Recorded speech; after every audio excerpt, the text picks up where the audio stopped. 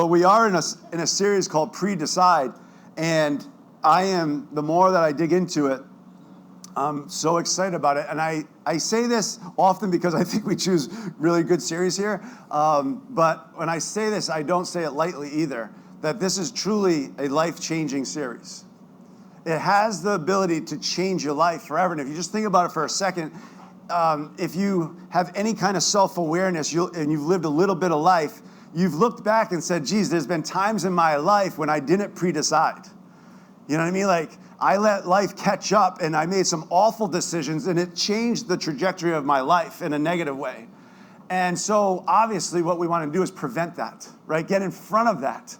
And if you're there, it's okay, right? Like, okay, wherever you are right now is perfect.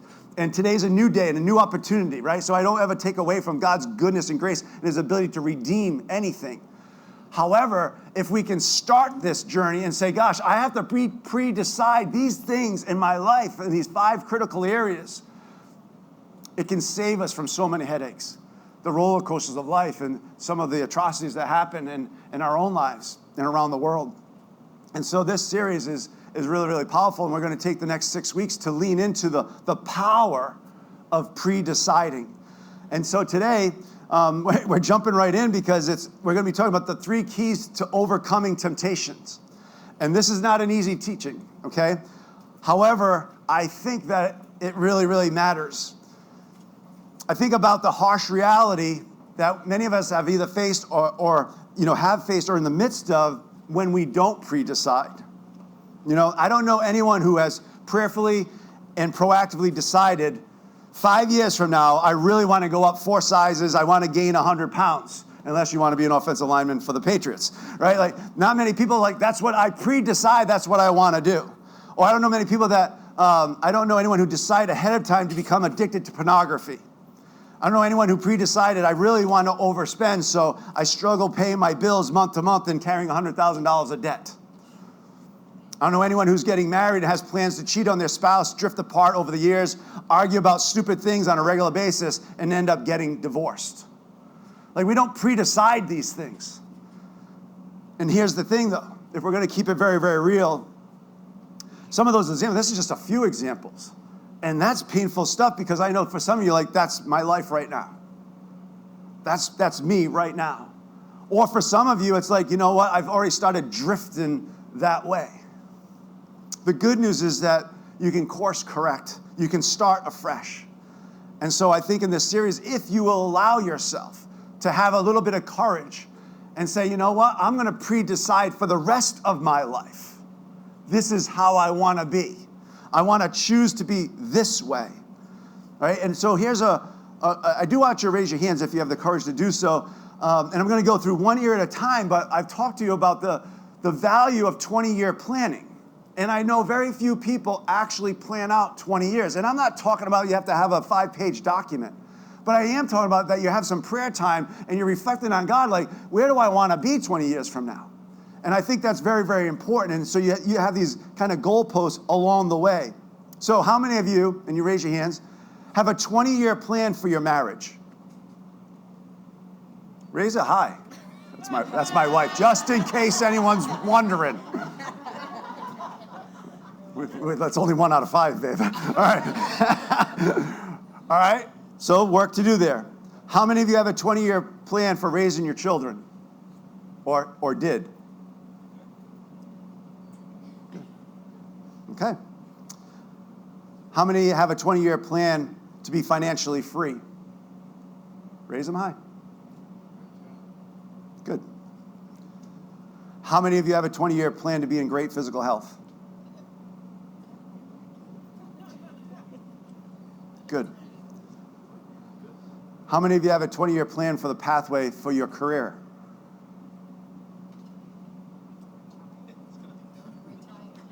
Retire. Retire well. A lot of us retire. And then lastly, how many of us have a 20-year plan for our spiritual growth and health? Okay. So it doesn't have to be completely mapped out, you see. But these are 5 critical areas that you can start pre-deciding. You can start setting certain goals that I want to start to get to. under each of those areas. And when you do it, it's so empowering. And understand there's no judgment and there's a lot of grace. Like, God is such a good God. And I believe he does this, and it's called God's math. When you might say, oh my gosh, I wish I would have heard this message 25 years ago, right? And here's where I'm at now, and you kind of like, you don't have a lot of motivation, and I'm just going to tell you, like, God's math is profound. He takes something that would have taken someone 5 years, and he can do it in 6 months. Like, it's just somehow he does that. I don't know how. It's like you want to get out of debt, you're $50,000 in debt, and all of a sudden you just start by saying, yes, I'm going to that financial workshop. You start saying, yes, I'm going to start getting out of debt. You start saying, yes, I'm going to live within my means, and you start. And as you take that step of trembling trust, God shows up. And then the financial advisors take you that would take you 10 years to get out of. All of a sudden, you're able to do it in 3 years. Because God's blessings just somehow show up. And it doesn't always work that way, but I'm just telling you, God is a good God who loves you, and when he loves seeing his children takes these steps toward what he has for you. He's a God of the fullness of life, right? He loves people that are all in, and so I encourage you in this series to lean into this. Now, here's the question that I was just asking. Not a lot of people raising their hands. Now, what if you had? You want to ask this question. It's sober. But what if you had? Where would your life be today? And then what if you do? What if you do? What are the possibilities? When you start to see God working in your life in these areas, it's so filled with joy, and it's beautiful, and it's an adventure, and it's just fantastic. And I'm going to keep saying this quote to you each week. The quality of your decisions determines the quality of your life. So decide today. Pre-decide in these areas. Take some time this week and start looking at it and figuring out where you can start to make headway. Because I believe the power of pre-deciding can truly change your life. So today, what are we going to do? We're going to explore 3 key strategies to overcome temptation by making pre-decisions that honor God. Think about this, like you're in situations, if you don't pre-decide, you're gonna just get sucked into different things. And here's just a few examples. You go to work and there's people are gossiping around the lunch table. What do you do?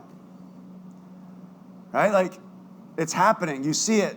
Are you gonna join in? What are you gonna do when they start gossiping around the table? A girl hits on you at the sports bar or at work and you're married. What do you do? You're off to college and you go to a party and they start offering you drugs. What do you do? These are important things, and there's a list of 100 different things, right? So think about life application in your own personal life. What are the things that you're facing right now? Like it's like, ooh, geez, I don't know how, I don't know what to do, and get before God and get before other brothers and Christians, brothers and sisters in Christ, to help give you some good advice. But here's a key thought. Thinking of things ahead of time causes you to make better decisions in real time, right? Just think about that. Some of this stuff is pretty straightforward, but it's the application of it on a regular basis. And I think this is important. I said last week, and this is like not very kind as a pastor to say, but we're not very good decision makers, including myself, right? If you just think about life, we talked about making 30,000 decisions a day, right? That's a lot of decisions to make, and then we get tired, and then usually at the end of the day, we make some poor decisions because of fatigue. But here are the 6 things to be aware of when it comes to decision making.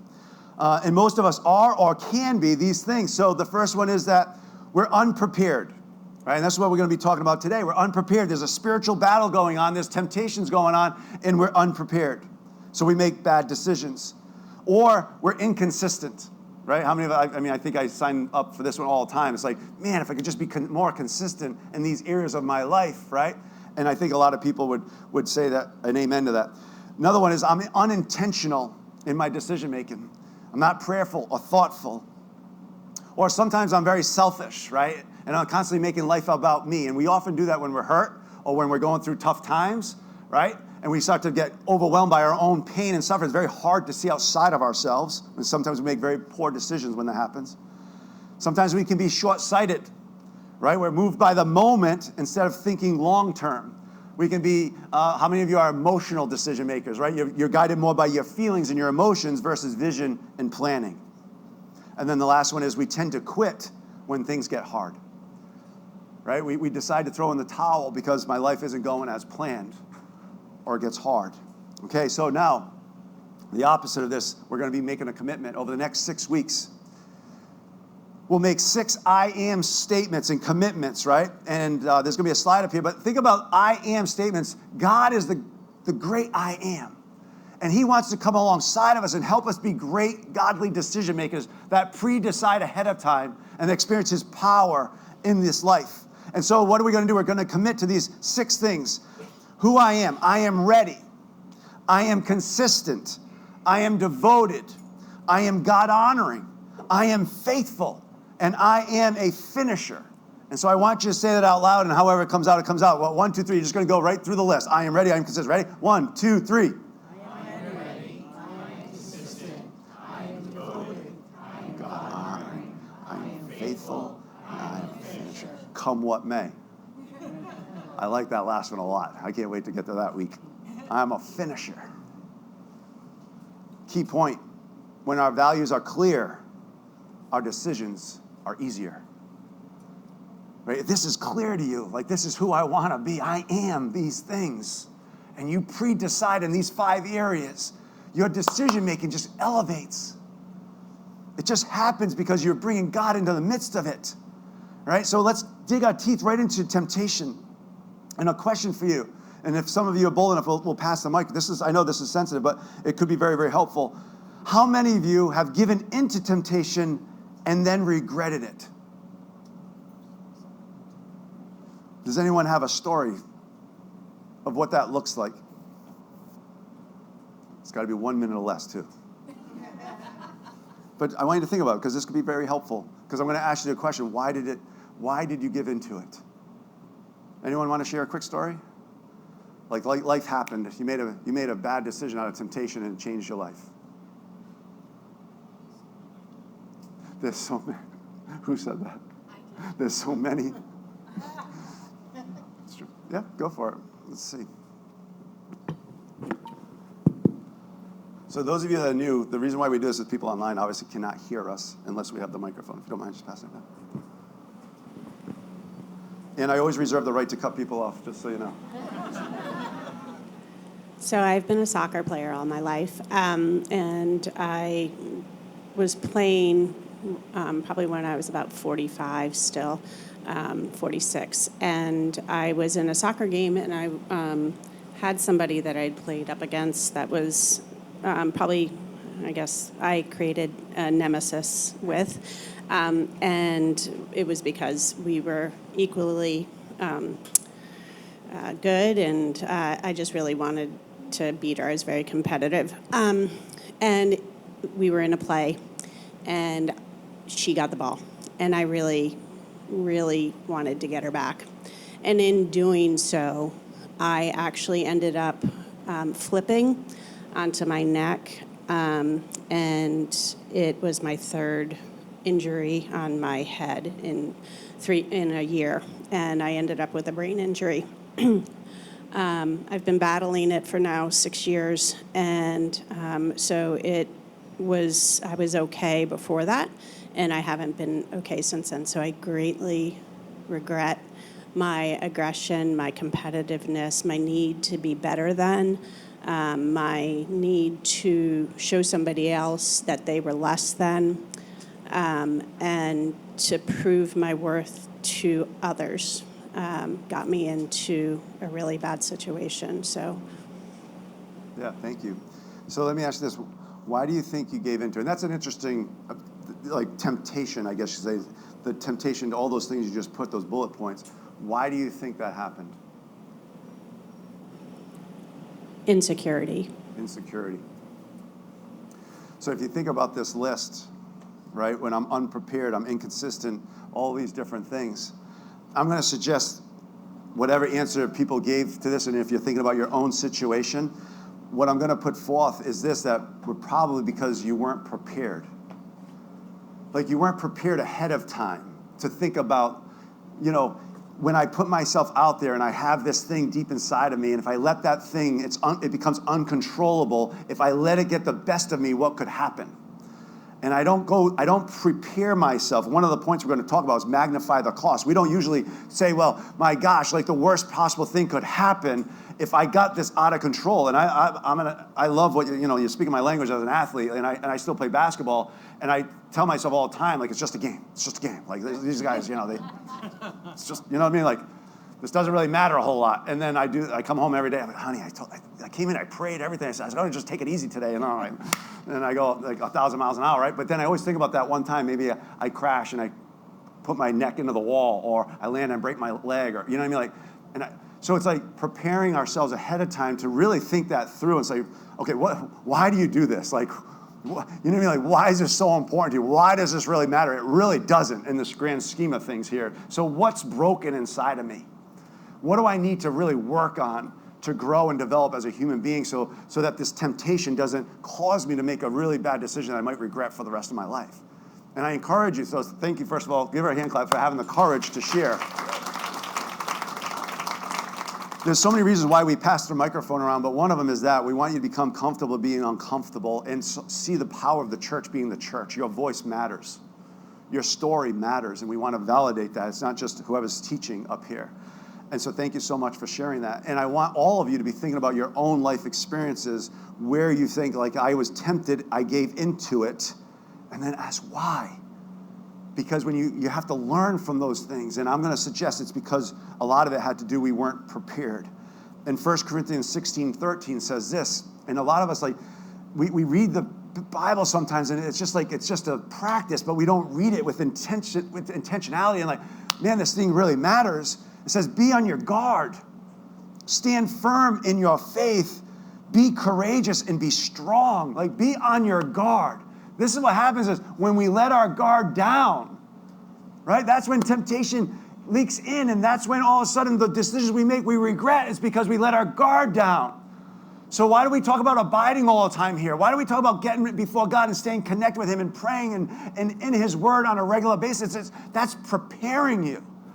The more you're guided by the Word, guided by the Spirit, as you go through life and these things, none of us are immune from these things.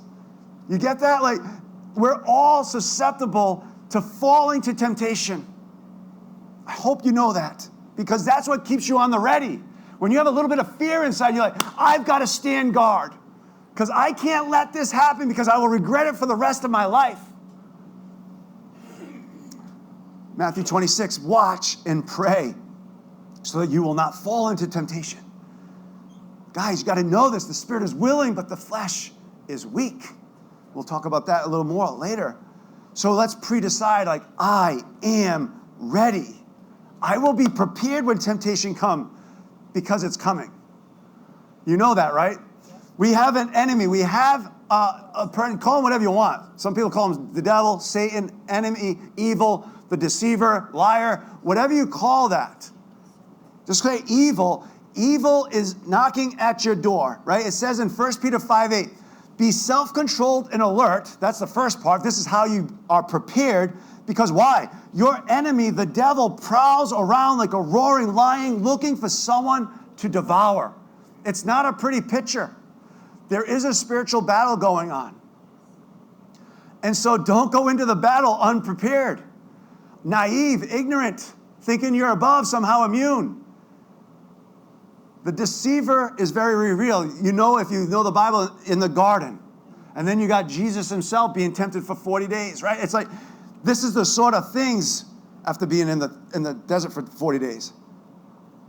Don't be the unprepared one. The lion's looking for that weak prey. And I think there's a pitfall here. And I want you to watch out for it, because I think sometimes we can be unprepared because we think this won't happen to me. For a lot of reasons, right? Your God is good. Your God is faithful. I spend time praying every day. You know, my gosh, like whatever your different things are. Why you think somehow you're immune to this, and I think it's just a trap. This is when you let your guard down. When you think somehow this couldn't ever happen to me. So I said to myself, can we be honest with ourselves and just admit that maybe we're not as strong as we think we are? 1 Corinthians 10 says, so if you think you are standing firm, be careful that you don't fall. Be careful that you don't fall. This is not about living in fear, by the way. I could go on a whole nother message about living in the freedom of Christ. This is like balance it off, though. Understand that there is a spiritual battle going on. Understand that God is saying stand firm, be on guard. It's not saying be fearful. It's not saying, oh, doomsday is coming and I'm just going to shrink back. No, no, no. This is very offensive. But there is an opportunity here for us to learn and to grow. And so this verse to me says, be wise, be humble, and be ready. And the key thought is, we tend to overestimate our ability to withstand temptation and underestimate the power of pre-deciding. So if that's you, again, I just throw a bunch of things out there for you. Every person is different. You're all unique. You're all in a different situation. But apply whatever God is whispering to you. Jump in. Because for the rest of our time, I'm just going to talk about 3 keys to overcoming temptation. We're going to talk about, number 1, move the line. 2, magnify the cost. And 3, plan your escape. Right? These are the 3 things we're going to talk about. So I need my little object lesson here. This tape is very sticky. But I want you to think about this. We're going to be talking about moving the line. All right? And this is going to be an object lesson. And I said, we human beings are fascinating creatures. This is how I look at us. You know, when I think about myself, I'm just going to try to put this down here. I don't know. This is live. This is live. It's not too bad. Do we need scissors? Nope, just do that. That's our line. Why do I say we're fascinating creatures, right? Today, you leave here, you say, you know what? I was inspired, I was encouraged. There's areas in my life where I'm being tempted, and I'm going to move the line.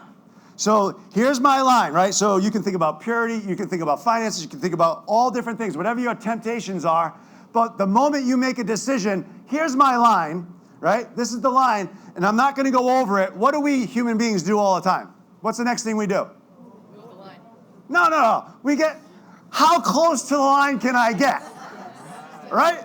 Yeah, anyone with me? Like, I'm not going to go over the line. I'm a good, faithful Christian, but I'm going to get as close as I possibly can without going to the line. So, Diane, block your ears. Sometimes I have to apologize. So we have a line when we were dating, and we made a decision that we had not been Christians when we started dating. We were doing non-Christian things, if that makes sense to you. And then we became Christian, and then we decided that for a year before we got married that we were going to abstain and be pure, okay? And so I asked my pastor. I made a line. I'm like, we're going to be pure, we're going to abstain, right? But what can we do? You know what I mean? Like, what's allowed, right? And I'm asking every question, like, can I do this? What about that? Is that okay? Like, you know what I mean? Like, I just wanted to get up as close as I could, but I wanted to be pure, right? Like, so what line do you have, right? And so we have to think about this. Now, that's the red line. We don't want to go over that one, but to move the line, to give us a little bit of margin, I don't know, we got some thin tape here, but this is the yellow line, okay? So the yellow line, you got to move the line. You got to give yourself opportunities where it's like, I'm not even going to give myself a chance to get to that line. And this is wisdom, right? And it's so funny to me, when we think about our own lives and our own values, it's so fascinating that we want to get up as close as we possibly can. And we're like, if we go over this line, though, this is the danger zone. Like, it doesn't take much to think about life if you think about like some of the worst things that can happen, right? For me, that would be having an affair. If I ever go over that line, life is over. And if I think I can come this close to that line, I'm a fool. I got to move the line way over here on that one. You know what I mean? I mean that very sincerely. That line's got to be way over here. Where do you need to move the line? And this is your life. Now, if you truly thought this was dangerous, right? Anyone pilots here? We have anyone? Yeah, all right. So we have a couple of pilots. Let's just see how close we can get to the water, right? Like, or that other plane. Let's just see how close we can get to that other plane. Like, we don't want any margin. This is fun, right? But if we thought, my gosh, we could die here, we're like, no, we're going to create a lot, except for Jonathan, who's a nut, and that's how he got trained. Let's go upside down and get as close as the guy, talk to him. All right, he was what do you call it? An F-15 pilot. All right, so it doesn't apply. Top Gun, sorry, I love doing that to Jonathan. It does, people do that to me sometimes. So, it's like, you gotta make room. Don't even play with the fire. Move the line, right? And so I ask you, where in your life do you need to move the line? Coming to church means nothing if you don't actually apply anything. That's probably too strong of a statement, but you get what I'm talking about? It's like it was really good today. Oh, it sucked today. Like, I don't really care. Did it do something to your life? Did you make a change? Did you become closer to God? Did you actually do something that helps you become a disciple? You know what I mean? Like, that's why you show up to church, so that you can go out changed, different, because this matters. If you get this, you can pass this on to your children. You can pass this on to your friends. I think this really, really matters. So what are some areas? I think it's just a couple of quick areas. Live within your means, right? That's where you say, I want to move the line. I want to start living within my means. We're in debt, right? And we buy stuff on Amazon. Anyone? Daily? Weekly? I don't know. Where's your line, right? There, Liz is like, I don't want to be seen, but some of you are buying stuff every single day. It was grace-filled. I put weekly. So if you're buying things weekly and you want to move the line, all right, I'm going to start moving things. I'm going to start buying things monthly, right? Like, you have to move the line. What's another one? Be thinking in your heads. Another one that I came up was, and I said for that one, like, maybe you have to actually ask a friend for support before you actually go and buy that thing. Or if you're married, right, you have to let's talk about this before we actually purchase it, because right now it's just so easy. Press the button. That's the problem. It is. Sometimes you have to lock that area of your phone. How much time do you spend on social media? I'm choosing some easy ones here, by the way. I think we could get really, really into this. How much time do you spend on social media? And I just put in the average. I think it's like 4 hours a day. How do you move the line? Maybe I say, you know what? I'm going to move the line to 1 hour a day. Because that's something that you want to do. You want to create more space in your life so that you can do other things that matter. How many of you single folks are pre-deciding to be pure, and then you decide, you know what, I'm not going to be alone at night, and I could go 100 different things that you could start putting in there, but you're just going to be wise and say, I'm going to move the line. We're not going to put ourselves in a situation where we can fail at that, if that's your heart's desire. Now, some of you might be saying, like, Sean, that's so restrictive. Like, you just, what is it called? Like the joy killer, you know what I mean? Like, and I'm like, well, let's talk about that for a second, because it sure sounds like the devil's voice when I hear that. You're being restrictive. It's no fun. It's like, I feel like the enemy in the garden. Oh, just take one bite. It's okay. You'll never be that. Don't worry about it, right? Man, so what voice are we going to listen to? Because I'm going to say this, restrictions lead to freedom. And you have to, I believe that. Restricting myself leads me to freedom that I want someday. So I'm going to put on pause, or I'm going to be strict here and now in order to get what I want down the road. You know what I mean? Like, Diane and I, if I looked at our financial goals, we lived within our means for about 20 years, where it was like living off of, for like 5 years, we lived off of $42,000 annually collectively with 3 kids. You know what I mean? Like, restriction, still able to give 15% away, still able to save and invest. And then you do that over a lifetime because you learn that this is what we want to get to. I could say the same thing in all these different areas. So restrictions actually lead to freedom. And let's look at 1 Corinthians. I love this verse, 9:26 and 27. Therefore, I do not run like someone running aimlessly. I do not fight like a boxer beating the air. No. I strike a blow to my body, and I make it my slave, so that after I have preached to others, I myself will not be disqualified for the prize. When it's talking about, that's talking about like strict training, discipline. And I was thinking about, obviously, we got the Olympics going on, right? And you look at these Olympic athletes, for 4 years, what are the restrictions that they put on themselves? that they have to train every single day, and they can't be with their friends, and they can't be doing alcohol, and they can't be eating this, and they can't be eating that. They put all these restrictions on there. And for this one moment, 4 years, I'm going to give up my life, and I'm going to sacrifice because I want that gold.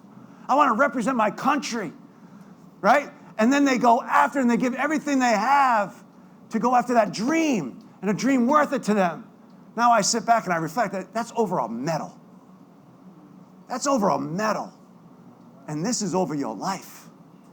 Like, what are you willing to have restrictions for in order to get the life that Christ has for you? And that's the fullness, abundant life that he's paid for and wants for you. So, is it worth it? These are the things I love church. Like, you have to come before God. I don't care. Like, this is your life. This is your decision. I'm going to love you no matter what. I'm going to love you through it. I'm going to support you whatever I can. But you've got to get before God and say, this is where I want to move the line. This is who I want to be. Here's the quote. Sometimes in order to get what you want, you need to give up things you like.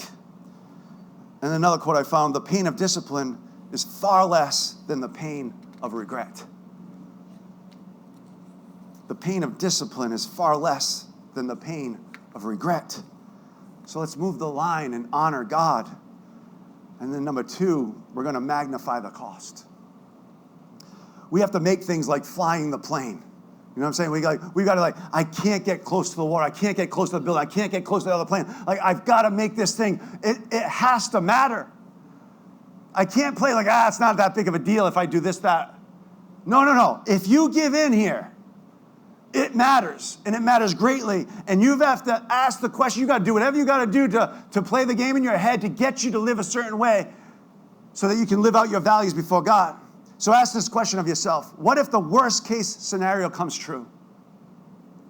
You keep living outside of your means. You keep getting in debt, all these things. What's the worst thing that can happen? If I keep letting myself physically get out of shape when I'm 70 years old, what's the worst thing that can happen? Maybe I don't make it to 70. You know, how many of us have our parents die when they were 50 and 60? That should shake you to your core. You want that to shake you to your core. You want that to do something to your soul. You put away the cigarettes. You put away the alcohol. You put away the sweets. Whatever you got to do, I'm going to be healthy because I want to leave a legacy. I want God to use me to build his kingdom. I want to be there for my grandkids. You've got to set this vision so high and so lofty before God, and then make this temptation, the things that are in your moments, so big. Oh my gosh, if I keep giving in here, it's going to ruin everything that I want out there. And make it big. Make it scare you. This is where you got to go Old Testament on yourselves. You know what I mean? The wrath of God's going to fall on you, right? No more grace here. This is the wrath part. This is I'm going to scare myself into this, no matter what. It matters so much. And this is what I was saying, about me and Diane, and this is an area. This is an area that the devil has attacked my wife because when I cheated on her when we were dating in our high school years. And ever since then, we weren't Christians, nothing. We became Christians when I was 21 and you were 19, 20. And ever since then, those are the arrows. You can't trust him. You know how much that hurts? You know how much work she has to do because I made an idiot decision? And now I say as a married person, though, and I say, you know what? When I'm tempted, I got to make that so big that line is so far over here. And the cost is so great that there's no way that I'll ever do something like that. And you know who I think about is you. I'm the leader of this church. And I have to lead by example. And if I make one decision, if I go over this thing one time, everything I've ever done goes out the window. Everything I've ever preached, everything I've ever believed in goes out the window because what do you say? See, I told you there's just another one. We see it happen all the time. And it's just another fallen leader. And then if you get to that place, well, what good is it if our leaders can't do it? You know what I mean? I take that so personally. And then I think about my kids. And it rips me to parts. If I ever did something that stupid, what would it do to my children? And I want that to hurt. I want that to ruin me and wreck me. And I can never look her in the eye ever again. The lover of my life. I want that to hurt. Anytime temptation comes, I want to think about those things. Think about that one decision. You could have made 100,000 great decisions. That one decision ruins everything. Not going to play with fire. And so magnify the cost, because what you want is worth it. I want to leave a legacy. I come from a divorced home. I come from a cheating husband and father. Come what may, I ask God to redeem that so we can leave a legacy for 3 children, and then their children, and their children. That God is good and you can have an amazing marriage. Follow him. Keep that vision burning hot and make sure that temptation is magnified greatly and you count the cost. And then lastly, make your escape. Like, have an escape plan. You know, you got to think this through. Like, you need a way out. We serve a God who is faithful and always gives us a way out. But we're going to look quickly at the story of Joseph. Genesis 39. Well, let me before I read that to you. Some of you don't know the story of Joseph, so just real quickly, he's the son of Jacob, right? And this is in the book of Genesis, so first book of the Bible. He has 11 brothers, right? So he's one of 12. He has 11 brothers, but he's the father's favorite, and he's not the oldest, which is a thing back in the day, right? So they get jealous. His family. Thank you. What is this for?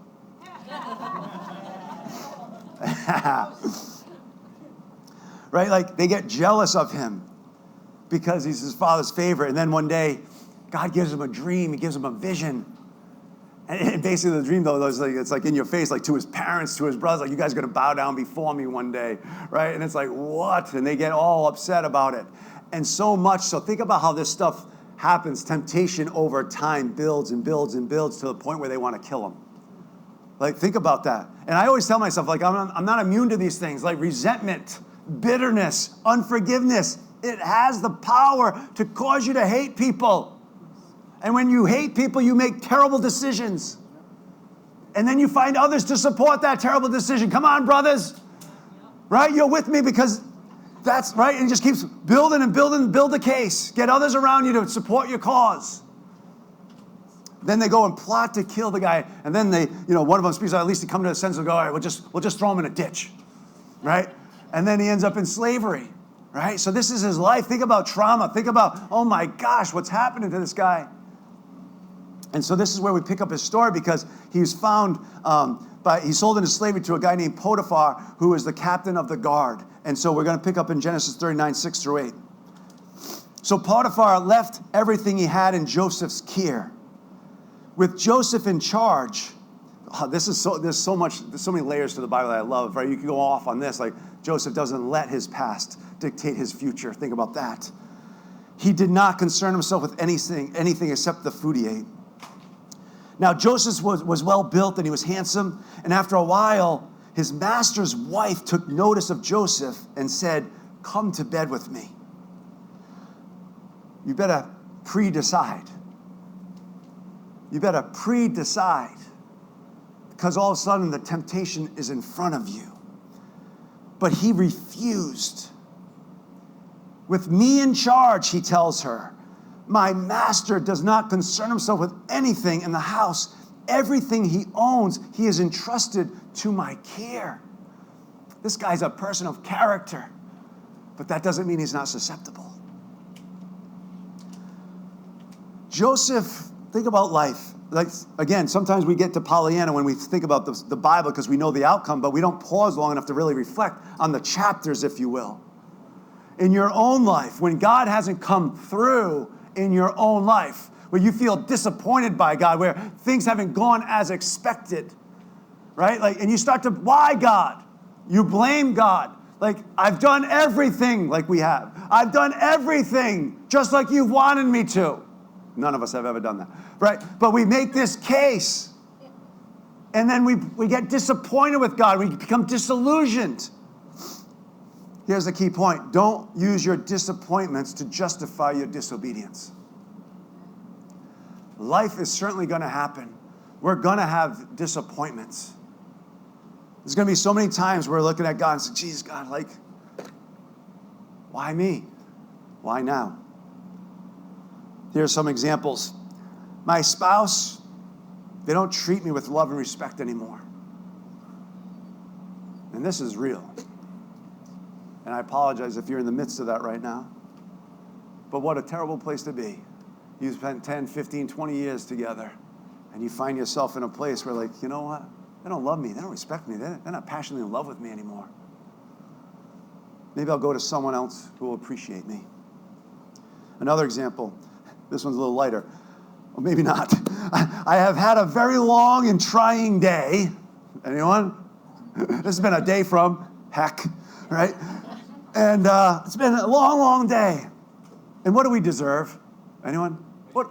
Ice cream. What else? A couple of bottles of wine, chocolate cake, ice cream. Like, I deserve it. It's been a long day. Are you saying this is how I get in the shape I'm in? I'm not saying anything, Charles. I'm saying that don't let your disappointments justify your disobedience. Right? Like, so somehow we look at our lives and maybe we have low self-worth. Maybe life isn't like the midlife crisis thing, like, oh my gosh, it's not where I thought I'd be. And we feel down about ourselves, and then we start doing things that are going to affect our future. But Joseph had pre-decided what to do. He resists her, but she keeps tempting him. Think about this. Just because you all of a sudden feel good in this moment and you're like, I can stand up against anything and I feel strong in my faith, that doesn't mean that the tempter is not going to continue to tempt. He never stops. It just keeps coming, arrow after arrow after arrow after arrow. This is why the Lord's Prayer was prayed, like Jesus told him how to pray, and in the Lord's Prayer is this idea of temptation. Right? When you put on the full armor of God in the book of Ephesians, when it tells you, like, be prepared, put on the full armor of God, you've got to know that you're going into a battle every single day. We don't get to take a day off because the enemy doesn't.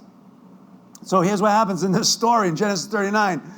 And though she spoke to Joseph day after day, he refused to go to bed with her or even be with her. He moved the line. He moved the line. Day after day after day, he reminds himself of his vision, why I'm here. Potiphar believes in me. I'm going to change the course of my life. I got to be faithful to God. So stay ready. Stay ready. Verses 11 and 12. One day, he went into the house to attend to his duties, and none of the household servants were inside. She caught him by his cloak and said, come to bed with me. But he left his cloak in her hand and ran out of the house. She's persistent, but he has an escape plan. If she keeps doing this, I'm not risking anything. I've got to run. I've got to get out of here, right? And the bad thing of this story, if you know the story, is, you know what? Anyone know what happens? Go ahead, say it out loud. She lies to her husband, sets him up. I got evidence. Tried to rape me. Right? It's a setup. She can't get what she wants. Oh, yeah? He has to go to jail. Is it still worth it to you? Is it still worth it to you to do the right thing? Even though life's not promised to you. I don't know what's going to happen, but just do the right thing. Have an escape plan. Be ready. 1 Corinthians 10, no temptation has overtaken you except what is common to mankind. And God is faithful. He will not let you be tempted beyond what you can bear. But when you are tempted, he will also provide a way out so that you can endure it. This should give you hope and encouragement. You keep staying connected to him. You keep leaning into him. You keep trusting in him. You keep that vision before you. You keep magnifying the cost. You keep one day at a time, day in, day out. Be ready. Have an escape plan. And all of a sudden, you get to that place. You start to realize the fullness of life. And I'll leave you with this thought because I think this is important. Recognize where the enemy typically attacks you. Anyone know that? Seriously? Do you know where he attacks you? You've got to know it. When you're down and you're sick and you're lonely, or you feel less than, or life just dealt you 3 blows and I don't have the energy anymore and I'm depleted and I feel like everyone's abandoned me and blah, blah. You got to know. And then you got to have a plan. You've got to know how to defeat the enemy even in those moments, because that's exactly when the enemy is ready to devour you. He's waiting for that right moment. So you've got to stay ready. And I would suggest, when you're most vulnerable, make sure you have good people in your life and you share with them. Diane and I have a little rule with each other, just so you know. My area of temptation is what I shared earlier, right? It's lustful thoughts. And so with that, I tell Diane, because you know what? It's not sin when the arrows come your way. Do you know that? The enemy's shooting arrows. You have no control over that. The arrows of temptation are going to come. Your temptation might be different than mine, but it's coming. What you do with the temptation matters. You can take it captive and make it obedient unto Christ, right? As you submit your life, resist the enemy, he shall flee from you, and you stand in the word, and you're good, and you keep moving forward. Or you entertain that thought, and you act on that thought, and that's sin. Diane and I will have, I don't know if this is you or not, but I'll share with my story. There's been times when it's like a fleeting thought here and there, no big deal. I know how to defeat it, pray, blah, blah, blah, I'm good. Then there's times when it's like 3 days, 4 or 5 days, and it seems like it's nonstop, and it's heavy, and it's a weight. Right? Like, this is like, whoa, this is a battle going on. In our marriage, I'm not saying this for everyone, but for us, I said to her, honey, I'm struggling right now. I need you to know that I'm being bombarded here. And let's just pray together. You know what that does? It puts it in the light. I'm no longer hiding, you're a pastor, you're supposed to be this, you're supposed to have these thoughts, and like trying to play like I'm okay. No, there's a battle going on.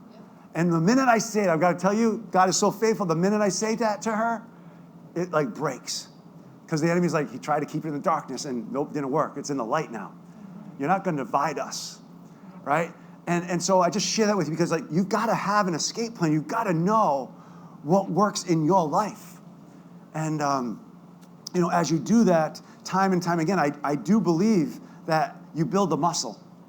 You know what I mean? As you learn how to defeat the enemy over and over again, there's plenty of people that he can go and can be effective. Don't let him be effective in your life. Make sense? So, what are the things you're going to do today? What's one action step you can take? Where do you need to move the line? Write it down. How are you going to magnify the cost? What does that look like for you? Really think about that. Make that be so hurtful, painful, all of that stuff that causes you like, come what may, I'm staying away from that. And then plan your escape.